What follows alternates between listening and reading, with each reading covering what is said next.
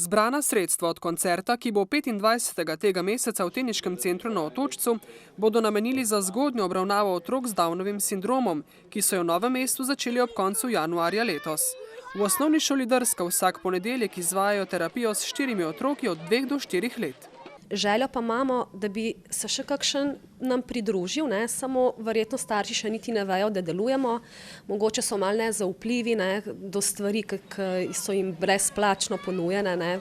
Otroke, tudi Martina, fantiča iz naših posnetkov, učijo fine in grobe motorike ter skrbi za samega sebe. Pripravi se jih na življenje in tudi kasneje lahko funkcionirajo kot vsi ostali otroci. Morajo biti pa v spodbudnem okolju, ki jim nudi eno čustveno oporo. Sekcija za Downov sindrom je bila na pobudo staršev ustanovljena leta 1997.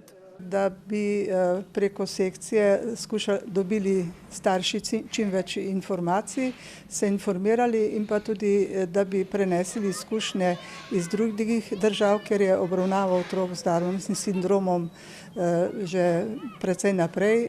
V razvojni ambulanti v novomeškem zdravstvenem domu, tako Bevčeva, ta čas obravnavajo 18 predšolskih in šoloobveznih otrok z Downovim sindromom. Tudi njim je namenjen koncert, ki bo na materinski dan. Z njim želijo osveščati javnost, da obstajajo otroci s to motnjo, ki potrebujejo pomoč.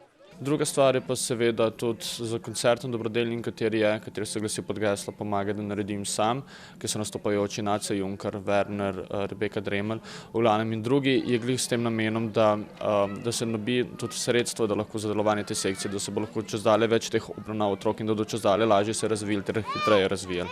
Zanje boste lahko prispevali z nakupom vstopnice po 10 evrov, bodo pa vsi glasbeniki na koncertu nastopili brezplačno.